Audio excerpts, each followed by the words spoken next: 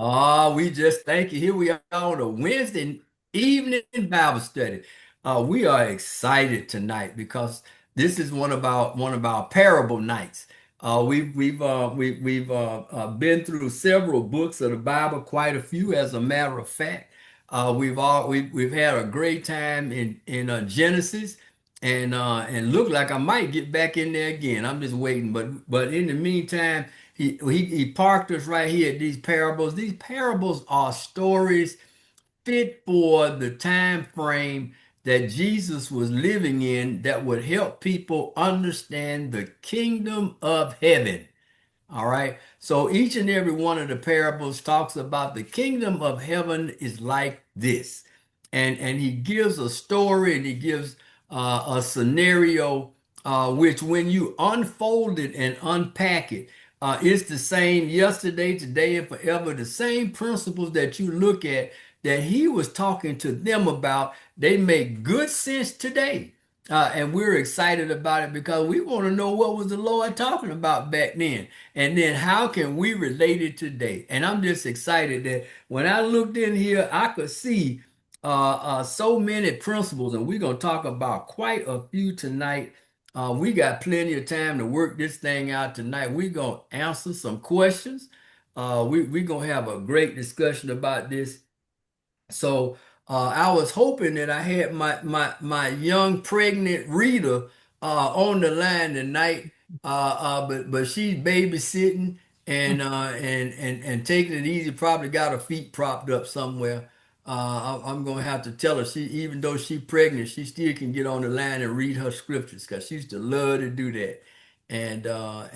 But since she's not here, I'm gonna let Mike Zach read some, and then I'll let Betty take a version if she want to take a version, and then whoever else got a version.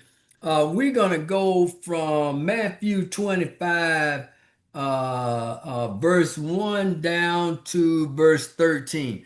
So we're gonna read it in its entirety, and then I'm gonna go in verse by verse. Boy, we're gonna wear it out, man. I took a shovel to this thing and one of those forks thing that you go in there that you can pull up hedges and stuff with. Eddie know what I'm talking about. Deacon Eddie know what I'm talking about. You put your foot on it and stomp down in the ground, man, and you back on it, man, and it just pulls up dirt. So I dug in that thing, and there was a few things that I hadn't seen that popped out, and then I got a little help and read some commentaries and got some different other outlooks. So I got three or four people who had some different opinions than mine to talk about this particular parable. Now, this parable is the parable of the 10 virgins. There was five wise and five foolish. So we're gonna read it first, and then I'm gonna come in and we're gonna have just a great time breaking this thing down because it's gonna be fun. I had fun digging in it, so I know y'all gonna have fun working around in the dirt with me. So Mike, whenever you ready, give me 1 through 13 and whatever version you want. Okay, sure. I'm in the Amplified, Matthew 25, verse 1. The kingdom of heaven is will be like 10 virgins who took who took who took their large lamps and went to meet the bridegroom. Five of them were foolish and five were wise. For for when the foolish took their lamps, they did not take any extra oil with them, but the wise took flasks of oil along with their lamps. Now, while the bridegroom was delayed, they all began to nod off and they fell asleep. But at midnight, there was a shout, "Look, the bridegroom is coming. Go out to meet him."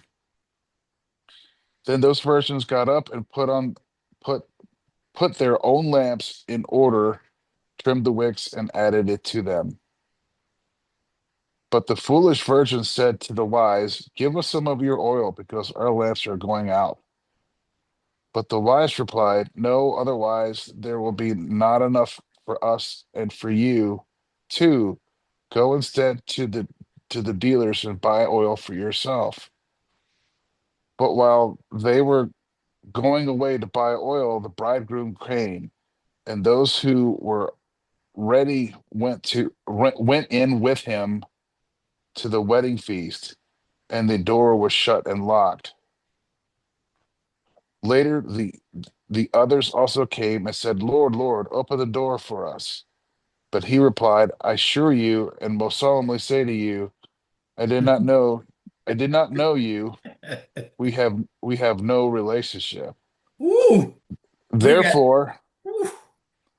therefore, be on alert, be prepared and ready, for you do not know the day nor the hour when the Son of Man will become. Did he say I don't have no relationship with you? Is that what he said? He sure said that. We have Oh, no relationship. oh, we don't even have a relationship. My goodness. Man, I didn't even, ooh, I should have looked at it in the Amplified. I like that. I got to make a note on that. No relationship. Ooh, that was tough. That was tough. All right, give me another version. Same verse as Pastor. It don't matter. Just give me just another version. I All can do right, the What you go got? ahead, Dave. I can do the New Living Translation. All right, go ahead. Then the kingdom of heaven will be like 10 bridesmaids who took their lamps and went to meet the bridegroom. 5 of them were foolish and 5 were wise. The 5 who were foolish didn't take enough olive oil for their lamps, but Mm-mm.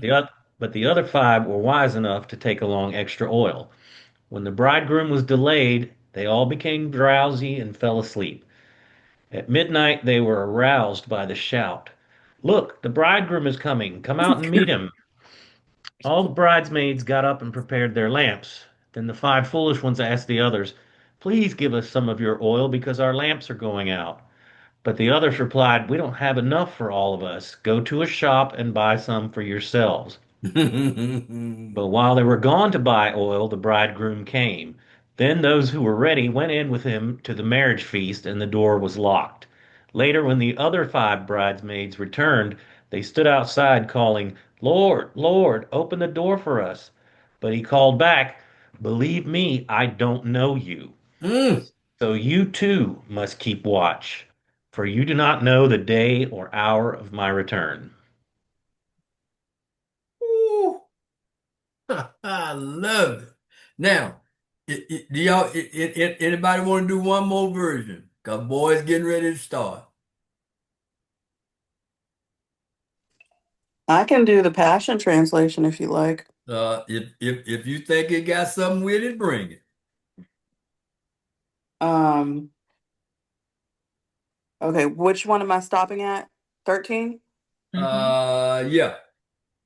Okay.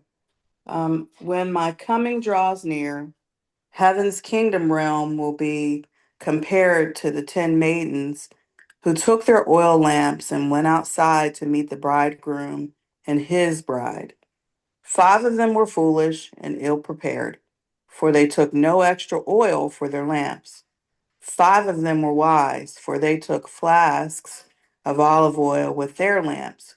When the bridegroom didn't come home when they expected, they all grew drowsy and fell asleep. Then suddenly, in the middle of the night, they were awakened by the shout, "Get up! The bridegroom is here. Come out and have an encounter with him." So all the girls got up and trimmed their lamps, but the foolish ones were running out of oil. So they said to the 5 wise ones, "Share your oil with us because our lamps are going out." And then, "We can't," they replied. "We don't have enough for all of us. You'll have to go and buy some for yourselves." While the 5 girls were out buying the oil, the bridegroom appeared. Those who were ready and waiting were escorted inside with him and the wedding party to enjoy the feast. And then the door was locked. Later, the 5 foolish girls came running up to the door and pleaded, "Lord, Lord, let us come in." But he called back, "Go away. Do I know you? I can assure you, I don't even know you. That is the reason you should always stay awake and be alert because you don't know the day or the hour when the bridegroom will appear. All right. Any questions before I get started?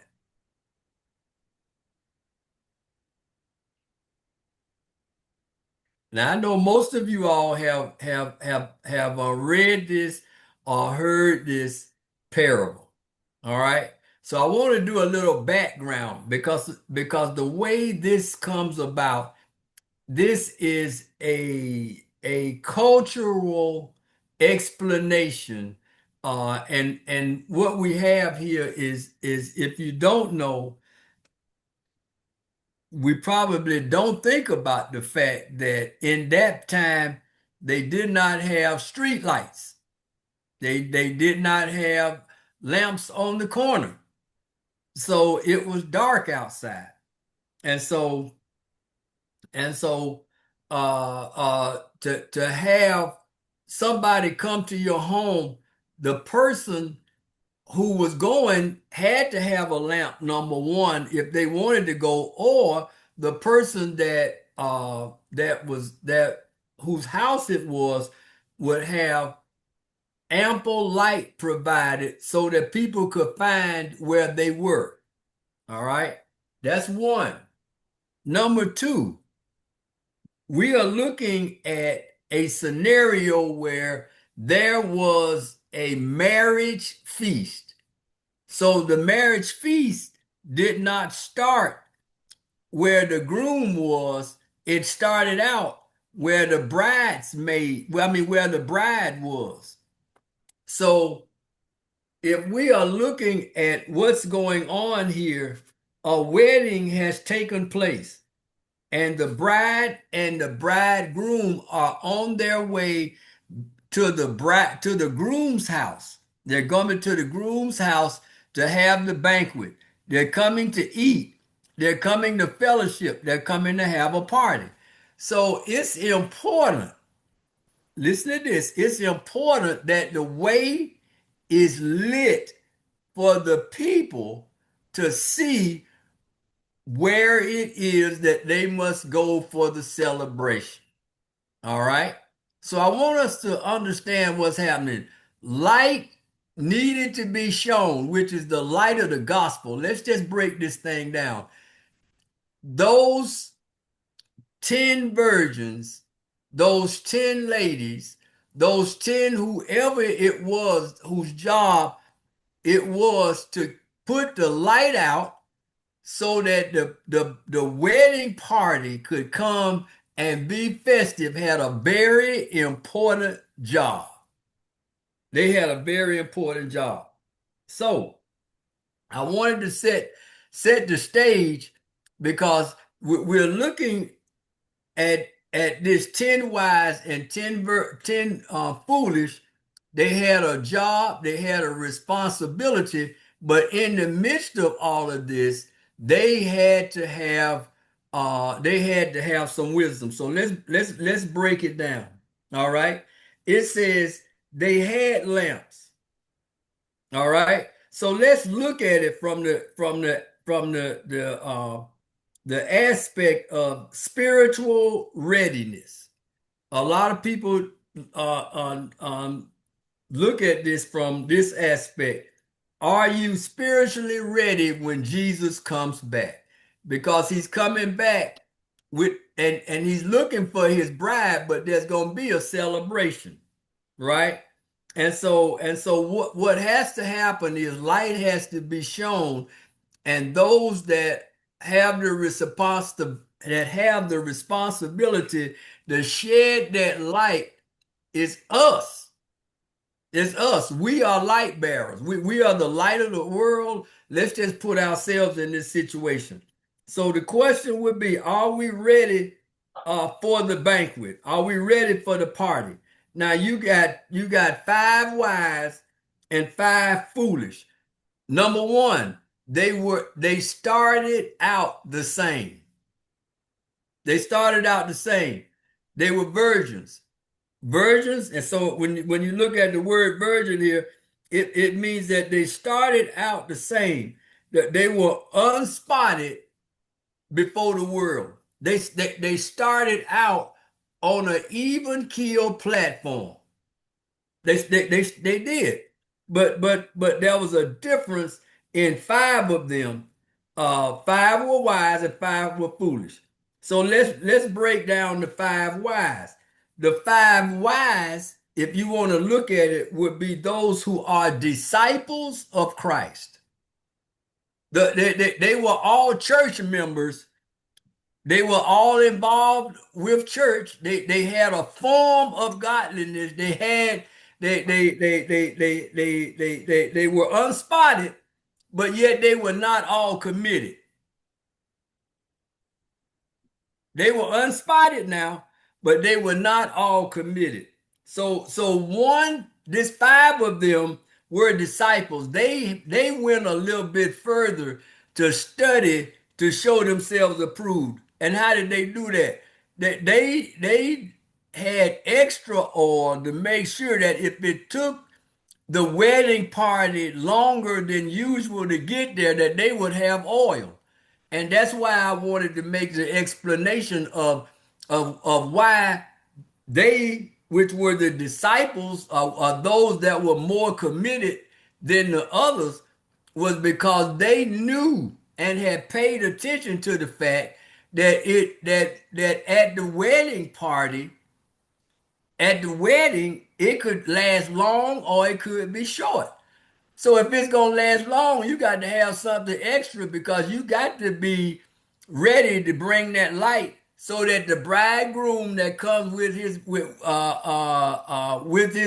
with the bride, that they can see where they're going and be able to escort you in dignity. All right. One was a disciple, one was just an attendee. I broke it down like that. One was a disciple. I mean, five were disciples, the other five were members. In particular, they were attendees in church. You might want to call them lukewarm. They came on Sunday, but they didn't have time to come to Bible study. They didn't come to Sunday school because when you come to Sunday school, that's when you find out that hey, it takes a little bit longer. There's things that you learn in Sunday school that you're not gonna get on Sunday. I want us to understand what we got. That was the difference between the five wise and the five foolish. One was more dedicated. One group were a group of disciples. The other group were members. In particular, they had a form of godliness. They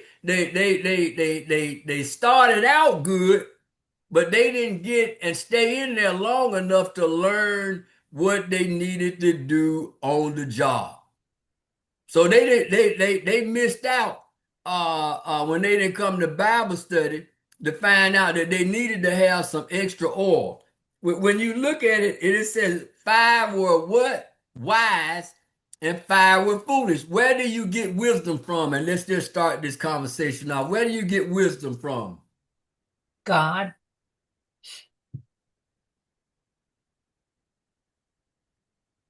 So God, life experiences, stories from others. that okay, now we getting there. Okay, I heard God, life experiences, stories. Where do we get wisdom from?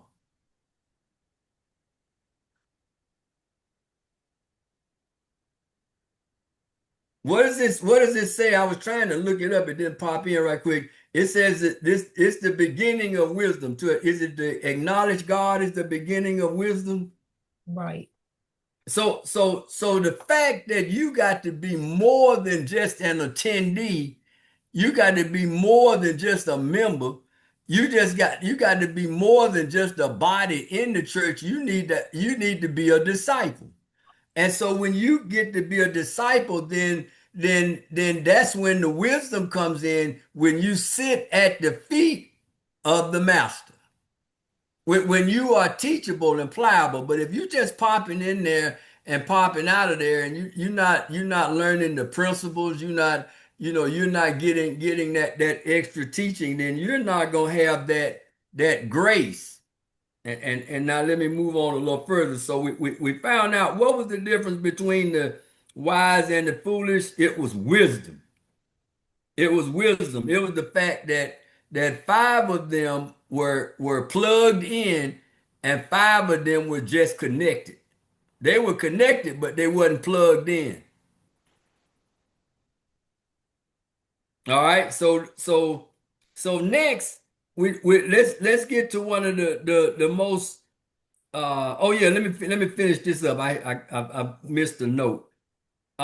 In order for them to be disciples, uh having prayer meetings, studying, fasting, all of that brings wisdom and understanding from the Lord. The more you spend time with God, the more revelation is given you. So that's why five of them were wise and five of them were foolish. Five of them looked at it from the standpoint that we got enough because we're a member of so and so church. We it's good. We in the group, but it's kind of like being in the patch but not on the vine. All right. So they didn't do what was necessary. Let's look at the next part. It says the wise took the foolish took their lamps but no oil. The wise took oil with theirs. So the wise says, I'm gonna need something more than just Sunday morning church service. I'm gonna need something more than just what my grandmama told me. I got to open up this Bible and get into this thing and find out for myself what is this job that I'm supposed to do and what are the requirements. Verse 5 talks about and the bridegroom tarried, and then they fell asleep. Now here's what both of them fell asleep. Both groups fell asleep, which really meant that they rested in what they had. The only difference is one rested prepared and the other just rested.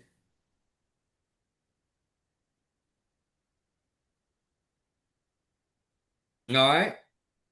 So I liken this. This is just Alford's interpretation right here. This is just my thought process. They were already told about a harvest that was going to be coming. And in order to bring the harvest in, they needed to be prepared. Five said, we got it. The other five said, what's it going to take to be prepared to bring in this harvest? Five said, I'm good. The other five said, I'm hungry.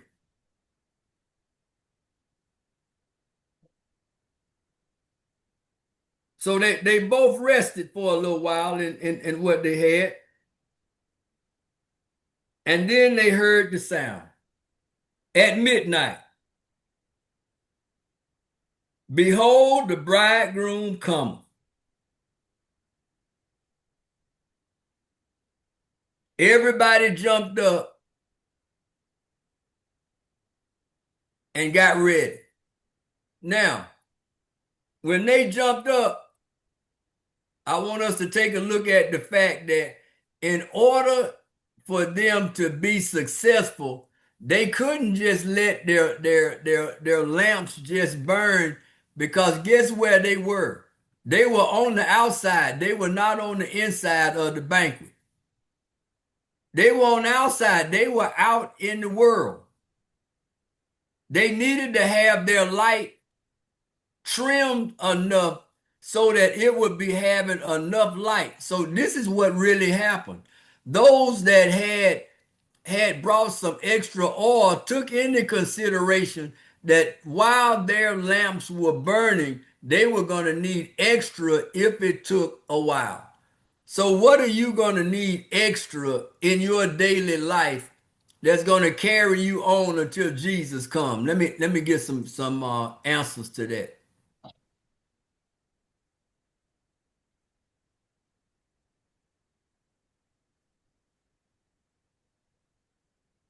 Faith. Prayer time. Prayer time. The scripture says, "Seek ye first the kingdom of God and His righteousness." So we're going to have to pray. It says, "Be watchful and be vigilant and pray." We're going to have to study to show ourselves approved unto God, workmen that needeth not to be ashamed, rightly dividing the word of truth. 2 Timothy 2:15. What else we gonna need? We gonna need to have to count the cost. Have we counted the cost of being on the outside with a job waiting on the bridegroom to come? What an important job to shed the light in order for the bridegroom to see his way to the banquet. That was a great honor to be able to escort the bridegroom and the bride in. What an honor. So somebody counted the cost and somebody didn't. And also we have to seek him. We have to just acknowledge him and seek him in all things, even little things. If as we get up each day, Lord, what will you have me to do? Lord, guide my feet. Protect me. Put your guard, provide your guardian angels around me, shelter me. And these are little things that we need to do every day we get up until Jesus comes, because we know not what that day is going to bring. But we do know that as long as God is our provider, our protector, and He's our insurance policy. Comments.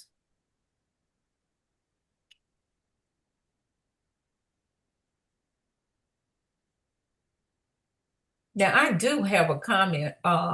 When I was little, I think I was about 8 or 9 years old, and we were on this in Sunday school. I was in Sunday school. I'll never forget it, because as the teacher told us this story as a child, you think according, your mind is not mature enough yet at that time. So when I heard the story, oh, I felt so bad for those people that didn't get in.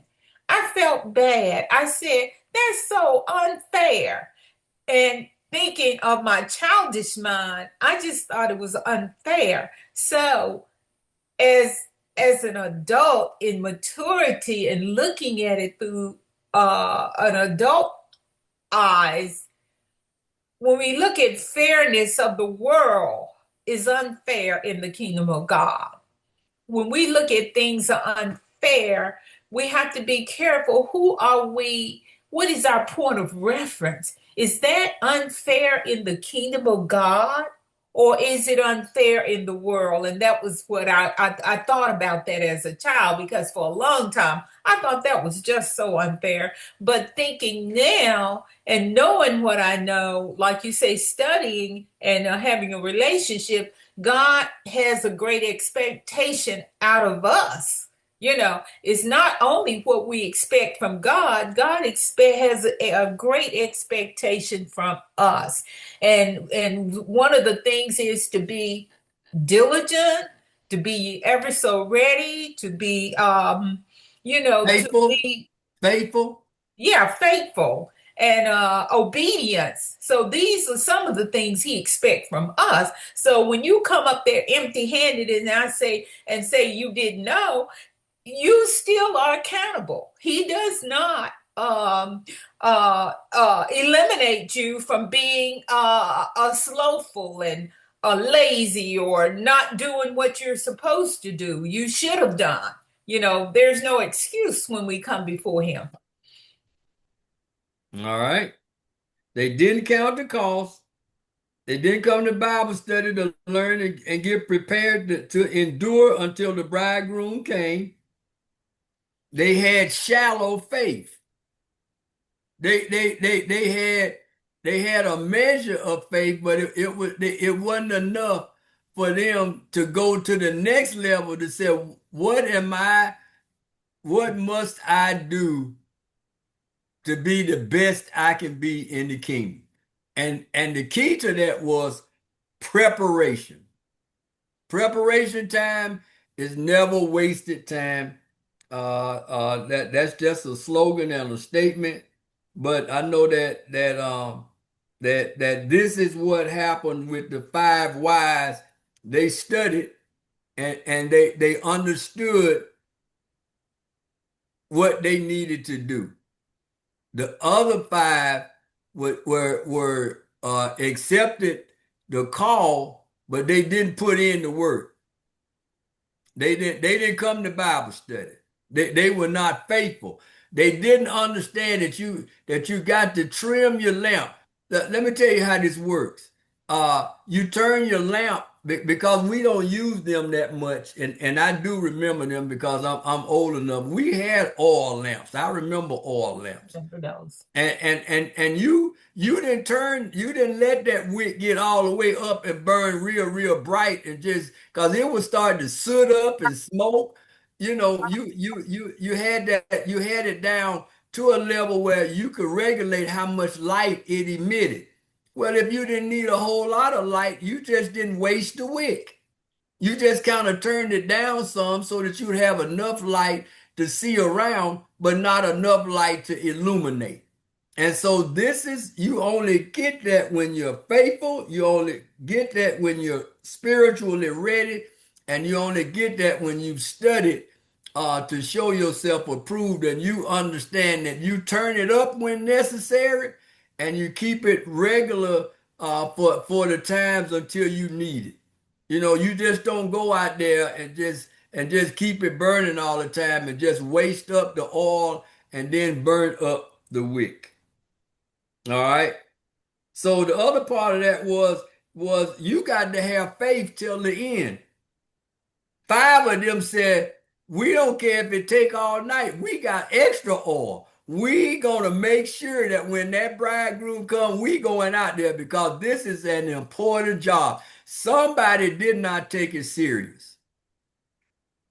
Somebody did not take it serious. Man, I had some extra notes in here. All right. It says that one, they didn't have any endurance. Two, they didn't study to show themselves approved.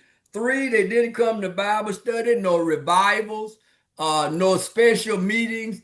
They didn't get any extra books to study about lamps and to understand that there's going to be a time frame in God.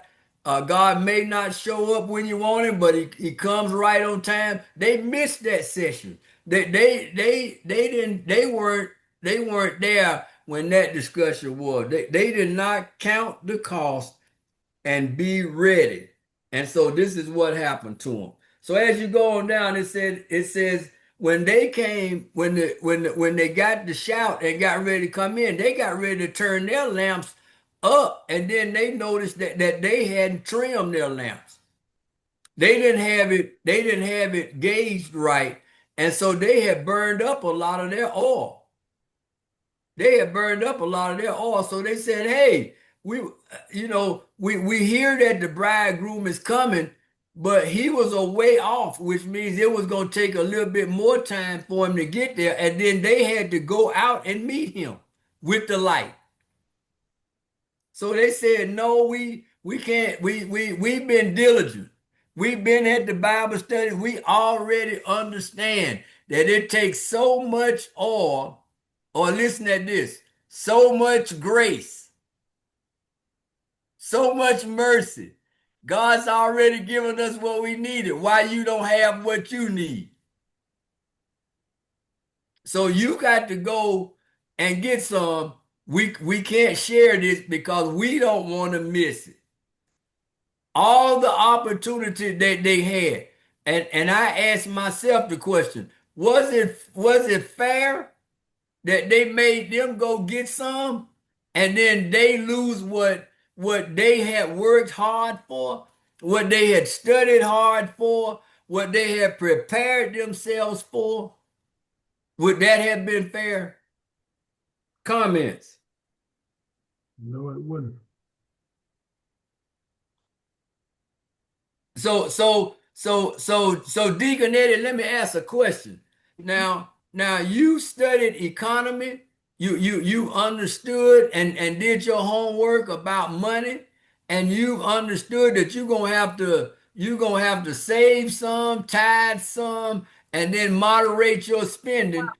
But somebody else decides that they're gonna go out and club and party and have picnics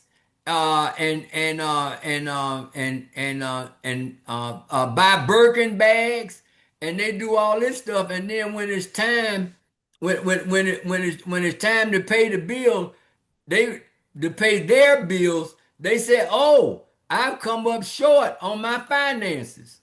Can I borrow some of your money?"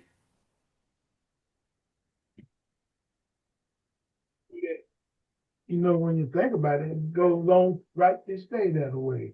There's always some long lost friend out there in the street. Well, let me hold something. Let me do this. It work for what they need, but they here I come, and you know, I always worked hard, try to put a little something back. But there are always some old people that let me hold something, and you never got it back. You run out, and there've been some like say, for instance, gave it up, gave everything they have, then they run short. And then they run short. So are we to reward slothfulness? No, The Are Lord we doesn't. are, The are, Lord are doesn't. we are we to reward those that are not faithful with the little that they've been given? I don't. I'll say no. No. Any other comments? I'm liking that too, also with going to college. When you go to college, you're on your own. Nobody's there to make you do anything. You have to be diligent and faithful and get your lesson and everything. And just like you say, you partying, you going to the club at the end of the year or the end of the last semester, you want to fix your grade. It's too late. You haven't done anything. So, uh, zero out the senior people used to say in my day, out from out leaves out, which is zero. Zero from zero leaves zero. You didn't do anything, you didn't put in anything in there, you have no sweat equity, so there's nothing. And the same way we do for the Lord. Like I say, the Lord uh requires of us. You know, he has a great expectation and an investment in our lives, and he expect that. He expect us to what he gives us and provides in our hands. He expects us to do all that he has destined us and purpose us to be and do. Perfect. Said nothing from nothing leaves nothing. That's That's right. right. That's You right. got to They have they something to all be released. listen at how that worked out now. Cause we coming to a close here. The last little points of the shockers. We already know what the final analysis is. But they were not faithful in a little. Right. Everybody was given the opportunity. They had the lamp, they had the oil, but they didn't work what they had. You got some that said, "I'm gonna need a little bit more than what was given." So they put a little bit more in and got a little bit more out. Right. So this is the kingdom of heaven. If God has given you grace, then you work the grace that God has given you. God has given you gifts. You work the gifts that God has given you. You got to put in some work.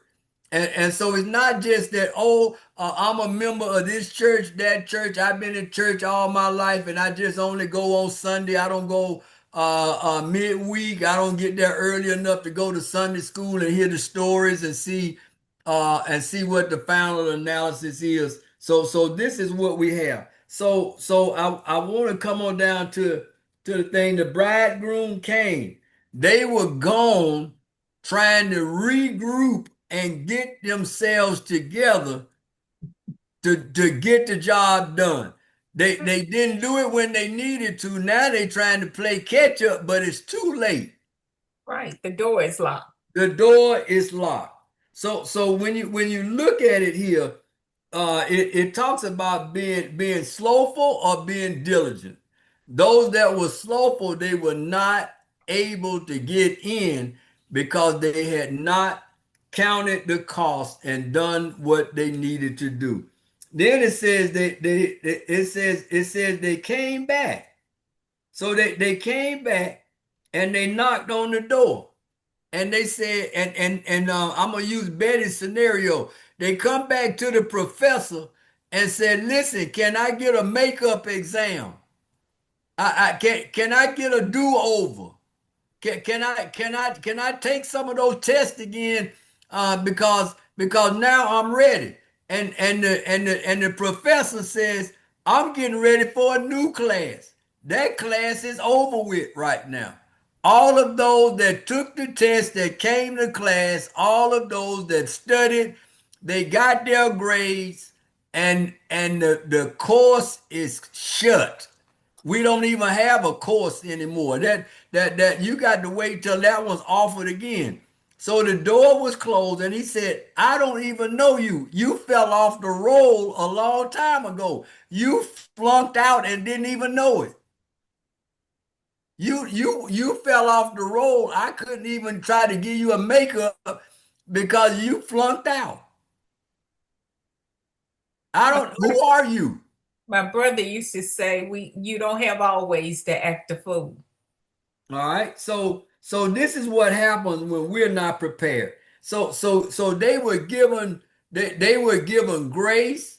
And what I love about this some of the commentaries that I read, they liken the oil to grace. God had given them grace, but they discounted the grace that was given. They didn't operate in the grace that was given. They had opportunity, but they did not take it seriously.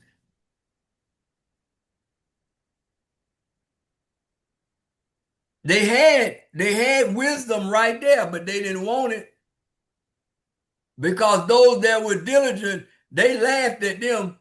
And even when everybody went to sleep, some went to sleep prepared and some went to sleep unprepared. So they shut the door. And then in verse 13 says, 12 says, "I never knew you." He didn't know you because what he had told you and expected for you to do, you disrespected that.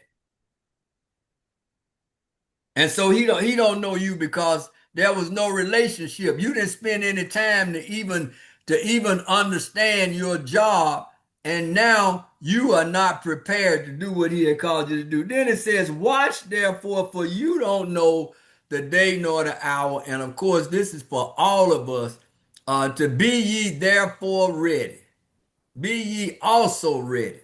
And you do that by being prayed up, studied up, sanctified up. Any comments? Any questions? I was just saying that my brother, he's deceased now. My oldest brother, he was a pastor. He used to say all the time, you don't have always to act a fool. And that means that, hey, while we're are offering salvation out here to people, they don't have always to do the things they're doing. They think they have time. We don't know. Like he said, not the day nor the hour. So that's a good witnessing tool. People always say, let me get it together. But hey, the day might be your day. That's right. Might be it. Any other comments? What you think, Mike?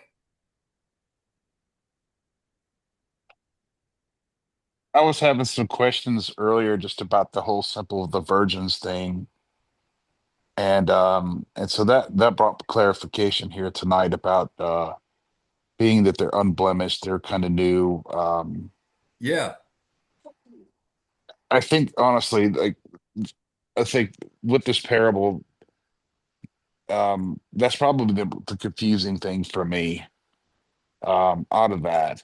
And also some of the backstory, because that brings the context about how the context is how it frames up that parable.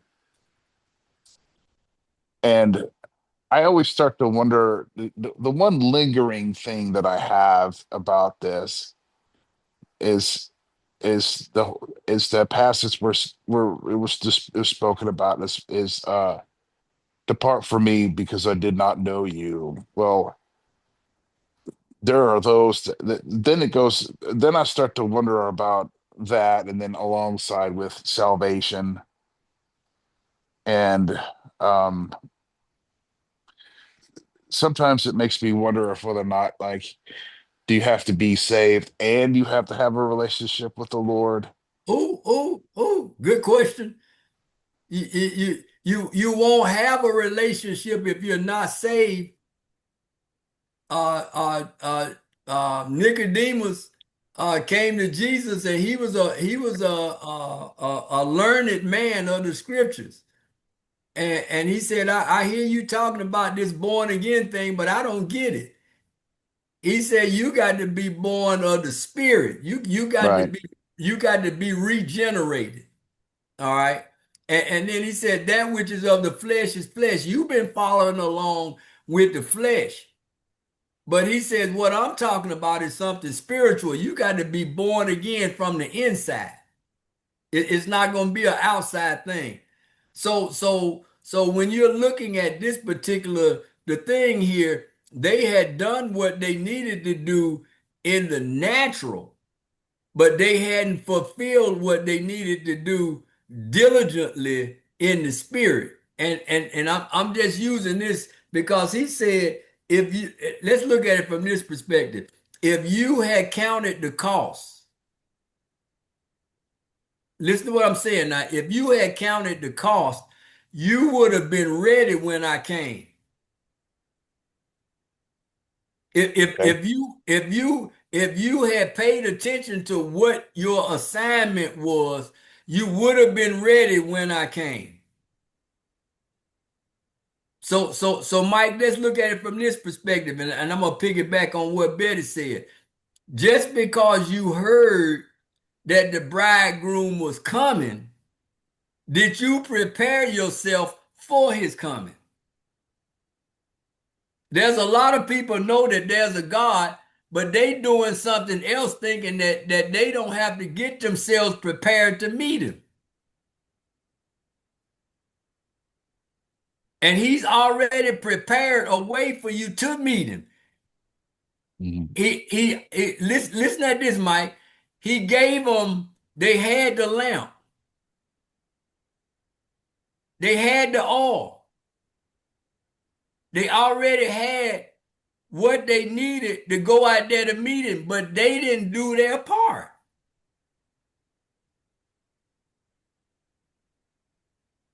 So he said, I never knew you because you didn't spend any time getting to know me.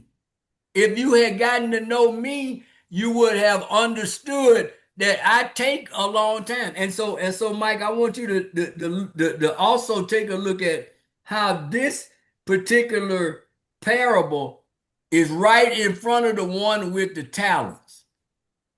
So, Okay. so look at how this is framed. He showed it one way with the virgins who all of them had a shot at it, but some took it more serious than others. And then you move into the parable of the talents when the master called to himself his own servants and then told them what he wanted and expected a return. You see what I mean? Yes. So the kingdom of heaven is that you will have an opportunity, but are you going to make full proof of what you have? Are you going to work what you've been given? Or are you going to be slothful with it? It amplifies the example that I gave to Deacon Eddie with the fact that hey, those that have been given much, much is required. But even in that, if you've been given a little, you required to do something with the little. You don't get off the hook just because one got more than the other one. The other one just the one that got more just got more responsibility. But everybody has got a responsibility. Okay. I And go ahead, Rakina. I was just going to say, and ultimately, you know, this whole thing is he's preparing us, his bride, for the second coming. He's preparing us to be wise virgins. Um, you know, and when I think about it, like I think about one of the things that I think about that I would say is repentance. You know, turning from our ways and coming over to the blessed side before it's too late. You know, God is purifying the bride. You know, taking us through a cleansing process, a purification. Um, Christ is purifying the garments, washing with a cleansing soap, and um, basically God is preparing his people for Jesus' return. And so that we are ready. And we still have time, and that's the wonderful thing. You know, we still have time.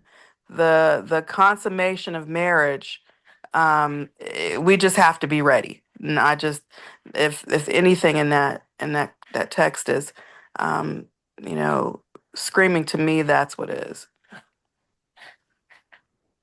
We getting in there now. You on mute, Betty. I see your mouth moving. This parable passed through the minds. I mean, it's a good example. For instance, it reminds me of John 3:16. Whosoever believes in him should not perish, but have everlasting life. But I can take that a little further. It basically telling these virgins, hey, you got to have something to be with me. They didn't believe, they didn't have a lamp, they didn't study, they didn't know about him, what he was trying, to teach them in the parable. So when time came, yeah, you asked the question earlier, yeah, it's fair for them, the other bridegroom, the other virgin to turn away, the one who was foolish, then learn about what they should be prepared for. Now look what happened at this time, as they go forward. So it was something. You had to look deep on the parable. But And I loved it because when I looked at it, I kept thinking, I said, man, they all had oil. I kept looking at it, I said, and then what popped out was the wisdom part. Five were wise, and five were foolish. Foolishness means that you don't take seriously what's important. amen. Isn't that what being foolish is? You laugh at things that are important. You don't take seriously that's necessary. That's serious. People that are foolish, they run out in front of cars. They laugh when they're supposed to be. They always jovial. When they should be taking notes and stuff like that, they always clowning around. And then when it's time to get something done, they looking around and everybody else gone. And then in that readiness too, as he is readying us, I think the wonderful thing is, you know, he's so gracious that he even gives us strategy in being ready. I love it. I love it. I tell you, this thing unfolds. Every time I do these studies, I always pick up a extra nugget or two in there and can relate it to something right now in life. And Betty got a good one, boy, with talking about being in school, because I remember some folk, man, they played cards, boy. They could play spades and hearts and all of that, but some boy when them grades came up when it at the end, boy, some of them didn't make it back the next quarter. I just want, can you hear me now? Oh yeah, we got you. Okay, I just wanted to say this whole Bible is about I'm God, you not get a life and a life in Christ, which is about relationship. You can you can have a good friend or a maid or a spouse, but you still not spending time with them, so you don't have a relationship. You just in and out. And I like John 10:27. It says, my sheep hear my voice and I know them, and they follow me. And I give unto them eternal life, and they shall never perish, neither shall any man pluck them out of my hand. And the King James Version say, my sheep know my voice, and a stranger they will not follow. So this is all about our relationship with Christ. Because I'll say 80 to 90% of people go to church every Sunday. When it comes to defending the gospel, they can't defend it, nor do they, because they don't know it. If you don't know his will, you don't know his way. You don't know what he's telling us to do and how to live and how to be. And so you don't know him, and he don't know you. So we got to learn of him. He said, learn of me, taste and see that the Lord is good. Well, obviously, five of them understood their job and understood the bridegroom. Didn't 'Cause they taste of went, him. they went out there, brought him in. Everybody was happy. And look, That's right. hey, look, not only did they shut the door, they locked it. Mhm. That's like when a funeral just happened and the sons got up and they were talking about their father, and basically they couldn't say anything about him except he was a hard worker. And so even though he was a father, he didn't have a relationship with his kids because they didn't know him and he didn't know them. And so that's, you can equate that with our relationship with the Father.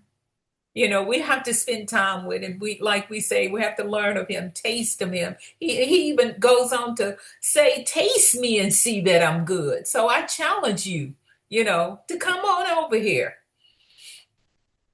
Anybody else?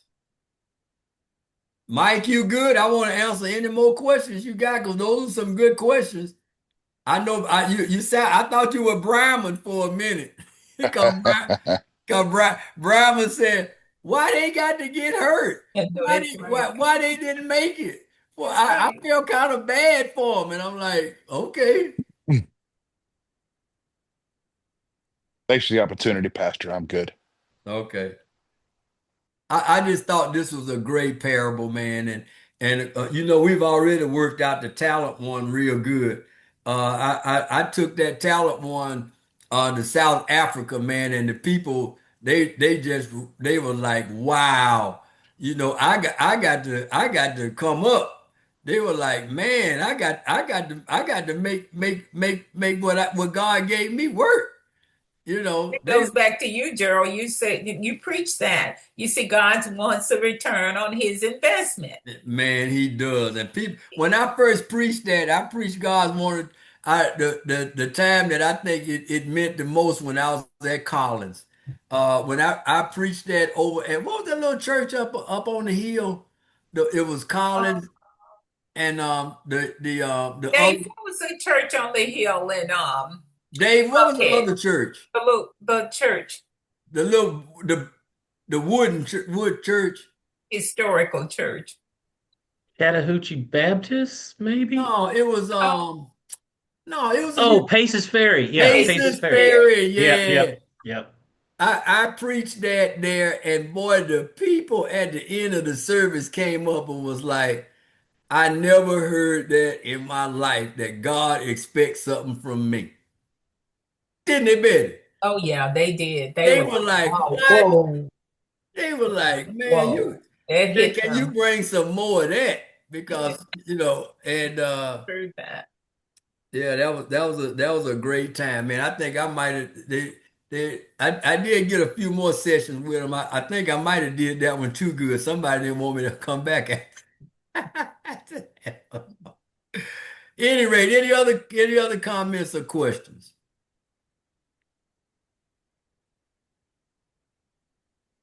All right, cut us off, Dave.